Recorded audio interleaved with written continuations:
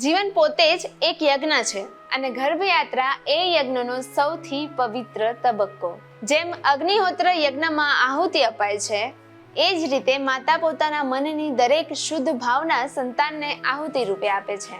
જેમ પિતૃયજ્ઞમાં પૂર્વજોને તર્પણ કરાય છે, એમ જ ગર્ભયાત્રામાં માતા પિતા પોતાના સંસ્કારો દ્વારા સંતાનને પોષણ આપે છે.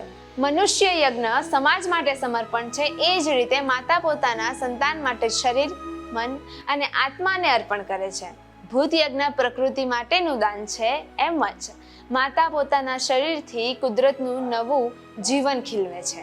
અને બ્રહ્મ યજ્ઞ જ્ઞાનનો દીપ છે, જે માતાના વિચારો, પ્રાર્થનાઓ અને સંસ્કારોથી બાળકના અંતરમાં પ્રગટે છે. ગર્ભયાત્રા માત્ર 9 મહિનાનો સમય નથી, એ તો માતાનું જીવનમય યજ્ઞ છે, જ્યાં દરેક શ્વાસ, દરેક ભાવના બાળક માટે પવિત્ર આહુતિ બનીને વહે છે. હરિઓમ.